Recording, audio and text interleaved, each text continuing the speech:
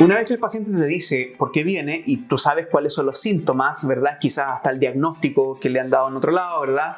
Por el cual no nos vamos a dejar llevar, ¿verdad? Pero sí te está dando los síntomas, los signos con los que viene. Me duele aquí, me molesta acá, la espalda, que me duele el brazo, que no sé qué. En ese momento, como estamos enfocados a obtener resultados, lo primero que yo sugeriría es que emplees toda la información que tú tienes y todo el conocimiento de aquellos pares que tú sabes que están relacionados con el problema. ¿Qué significa eso? Que previamente antes tú tienes que haber seleccionado o haber agrupado los pares de acuerdo a las distintas enfermedades. Eso lo que implica es un trabajo un poco profesional del paciente, del terapeuta, un poco más profesional del terapeuta, en el que durante un tiempo previo a la revisión de pacientes, él estuvo revisando todos sus manuales, ¿verdad? E identificando los distintos pares o patógenos asociados a distintos tipos de sintomatologías o signos distintos, ¿ya? Entonces, por ejemplo, si el paciente viene con un problema al mango rotador, tú primero vas a tener un número de pares seleccionados que puede estar relacionados a todos los problemas articulares, a los patógenos que generan toxinas en articulaciones, ¿verdad?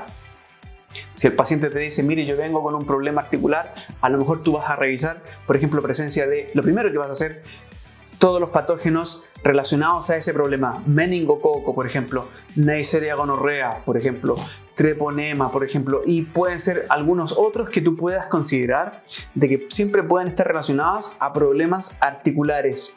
Entonces, básicamente, lo que vamos a hacer es que de acuerdo a la sintomatología que nos dé el paciente en el momento, lo primero que yo voy a revisar es todo aquello que yo sé que puede estar relacionado con esa signología o sintomatología.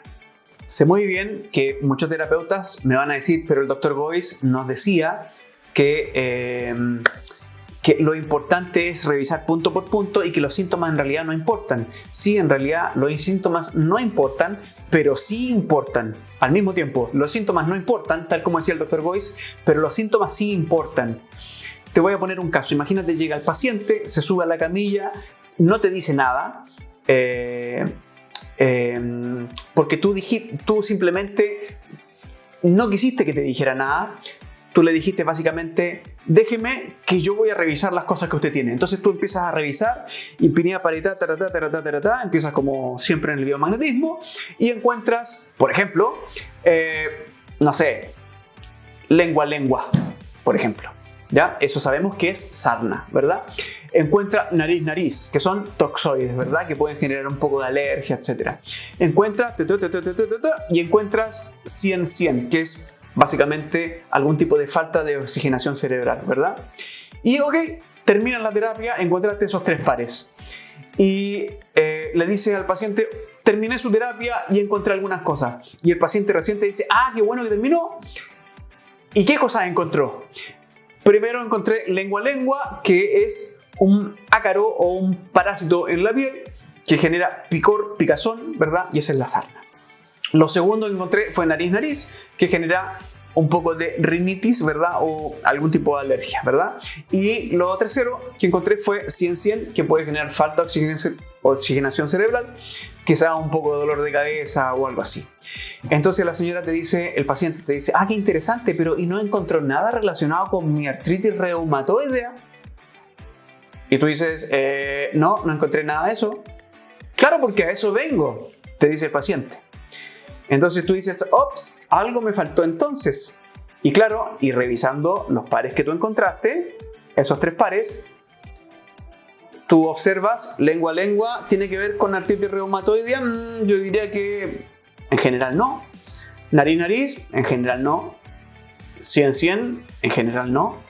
Entonces, lo que tú te empiezas a dar cuenta es de que cuando el paciente te cuenta el síntoma, entre comillas, tú de alguna forma podrías ir también encontrando al menos una pequeña hoja de ruta con relación a lo que vas a encontrar o con relación a lo que estás encontrando, cuán lejos estás con relación a la solución del problema con lo que estás encontrando hoy.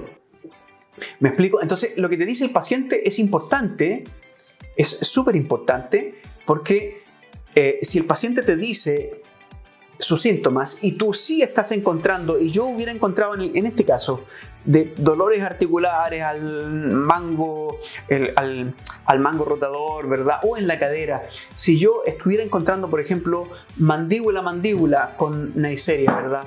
O dorso lumbar con meningococo, yo ya sé, de acuerdo a los síntomas que me está dando el paciente, ya sé que mi camino va más o menos correcto, ¿verdad? Entonces, por eso no debemos dejar de lado el tema sintomático. Es algo importante a considerar. Bien, una vez que rastrees por patologías o básicamente rastreas los patógenos o los pares relacionados con la sintomatología o la signología que te está describiendo el paciente, una vez que revises todas esas posibilidades, ahí recién revisas todo lo demás. Pero lo primero que vamos a hacer para orientarnos al resultado es intentar descubrir de forma inmediata o lo más rápido posible el problema que tiene el paciente.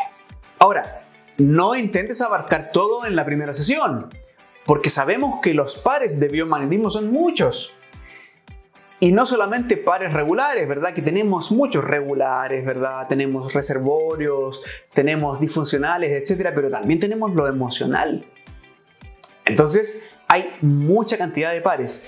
¿Qué te sugeriría yo? Yo personalmente, por mi propia experiencia, lo que siempre sugiero a mis alumnos es que se enfoquen primero al resultado y, primero que todo, siempre enfocarse en los pares regulares. Entonces, tú te enfocas en el resultado, o sea, enfocas a los pares relacionados a la sintomatología o la signología del paciente. Y una vez que los termines, continúas con revisión de todos los pares regulares. Y alguien me preguntaba, ¿y lo emocional? Lo emocional, yo sugeriría no revisarlo en la primera oportunidad, a menos que la persona venga con un problema crítico emocional. ¿Y por qué? Que básicamente, cuando tú estabilizas los pares regulares, también estás impactando en la emoción. Entonces, tú impactas de forma indirecta en la parte emocional del paciente solamente revisando los pares regulares. Por ejemplo, el par occipital-occipital sabemos que es un patógeno que genera altibajos en estados emocionales. Entonces tú lo impactas y de alguna forma la persona emocionalmente se va a estabilizar, se va a sentir un poco más sólida. O otros pares como por ejemplo plexo cervical, que puede estar motivando crisis de pánico, también emocionales. O el par axila-axila, que también podría estar generando un desequilibrio completo del sistema nervioso, incluso algunas tendencias de depresión o rasgos un poco más intensos de depresión, tipo esquizofrenia, etc. Entonces, el hecho de que tú impactas derechamente a los patógenos, ya de forma indirecta, estamos generando también un impacto en lo emocional. Entonces, en la primera oportunidad, si tú tienes una revisión que no es muy rápida, tú tienes un procedimiento de rastreo, a lo mejor no te lo sabes de memoria, yo en mi caso me lo sé de memoria, pero si no te lo sabes de memoria y es muy largo tu rastreo, entonces, ¿qué te recomendaría yo? Impacta solo o trabaja solo con los regulares si quieres. Bueno, va a depender del caso. Si viene con algún problema emocional, lo puntual ahí a ese tipo de emoción. Si es que el problema es disfuncional, lo puntual a esa disfunción más los pares regulares. Entonces, de esa manera nos enfocamos un poquito más eficientemente. Bien, entonces básicamente el mensaje es que el que mucho abarca, poco aprieta. Entonces sería básicamente revisar los pares regulares asociados a la sintomatología o a la signología. Lógicamente y de forma obvia tenemos que revisar adicionalmente los reservorios, ¿verdad? Ok, en esta primera sesión. También Si el paciente viene con algún problema emocional, todo lo que está asociado a ese problema emocional o alguna disfunción, lo que está puntualmente asociado a esa disfunción o a esa problemática. Pero siempre los pares regulares primero, y lo emocional lo dejamos para una segunda oportunidad, porque vuelvo a reiterar, cada vez que tú impactas lo regular, cada vez que tú impactas los pares regulares, en ese momento los emocionales van a acusar recibo. Otro punto muy importante, la duda. La duda es importante. Siempre nosotros tenemos que mantenernos en una postura dubitativa. ¿Qué quiero decir con esto? El terapeuta siempre tiene que estar ante la pregunta de ¿me habré equivocado o no? ¿Por qué? Porque siempre es recomendable esa postura, porque es la postura de aquel que busca la verdad, es la postura de aquel que busca la perfección. ¿Estaré bien? ¿Estaré en la verdad? ¿O estaré equivocado? Si tú dudas, siempre vas a estar impulsando más allá tu terapia, buscando mejores resultados. Si tú realizas la terapia y tiendes siempre a creer que es la verdad absoluta, yo te puedo asegurar de que no vas a progresar. Entonces, observa que los mejores resultados siempre los vas a conseguir en la medida de que tú te vayas esforzando por acceder a mayores resultados, y eso implica un nivel mayor o menor de duda de tu propio trabajo.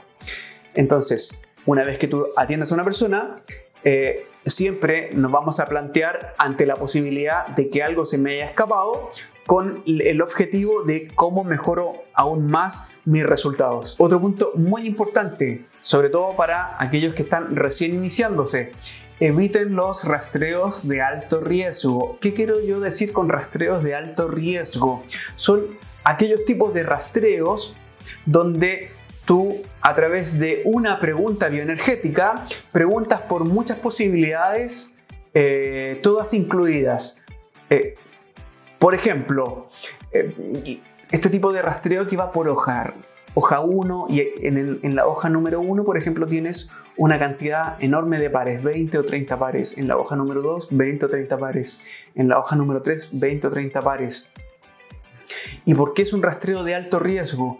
Porque basta con que tú hierres una sola vez para que tú hayas errado en esas 20 o 30 posibilidades, y puede ser que muy probablemente el paciente tenga en esas 20 o 30 posibilidades su posibilidad de sanación. Entonces, si tú erraste justo donde estaban los pares que podían sanar a tu paciente, se acabaron los resultados. ¿Y por qué te lo comento? Porque, bueno, cuando nosotros nos estamos recién iniciando, tenemos una mayor probabilidad de errar. Nuestro índice de asertividad es menor. Entonces, cuando yo estoy recién iniciándome y tengo estos rastreos de alto riesgo, basta con que un día me haya levantado con el pie izquierdo y mi tipo de rastreo no va a ser el mejor, y en ese momento hierro y no encuentro la solución del problema y simplemente no llegan los resultados. Entonces, bueno, si ya has ido lentamente practicando cada vez más este tipo de rastreos y tú te das cuenta que tu nivel de asertividad es alto, perfecto, ningún problema. Pero si te estás iniciando y te das cuenta que no le das al clavo, ojo con los rastreos de alto riesgo, porque te pueden llevar a que no tengas resultados. Cuando encuentres un par, por ejemplo, polo negativo en el hígado, sabemos que tiene múltiples combinaciones, ¿verdad? Pero si tú revisas polo negativo en el hígado y te marca, ¿verdad? Eso quiere decir que existe, ¿verdad? Entonces, muchos terapeutas que se inician empiezan a buscar, y cuando encuentran una combinación, por ejemplo, hígado con vaso, hígado-vaso, lo impactan y siguen adelante preguntando por otros órganos o por otros puntos. Ese es un error, porque si sabemos que hígado tiene muchas combinaciones, entonces podría estar hígado con vaso, tal como lo encontraste, pero también podría estar hígado pleura o hígado colon, hígado. Entonces, el terapeuta que se está recién iniciando no considera eso, y muchas veces se le pasan otros pares, otras combinaciones que están en el mismo hígado o que pueden estar en los órganos que tienen muchos pares, muchas polaridades distintas como combinación. ¿ya? Eso también hay que considerarlo.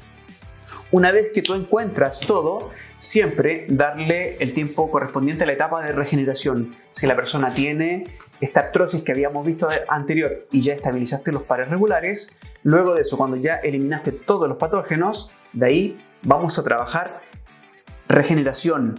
¿Con qué par? Podría ser nervio inguinal con la articulación dañada. Eso, si no lo haces, no vas a tener el mejor de los resultados. Siempre, para todo, hay que darle tiempo a la etapa de regeneración, que debería ser la parte un poco más final de nuestra terapia. Bien, chicos, les dejo estos puntos súper importantes. Denle vueltas porque quizás algo les pueda servir. Eso es, y será hasta la próxima. Muy probablemente ahí veremos otros datos de interés. Que estén todos muy bien. Chao, chao.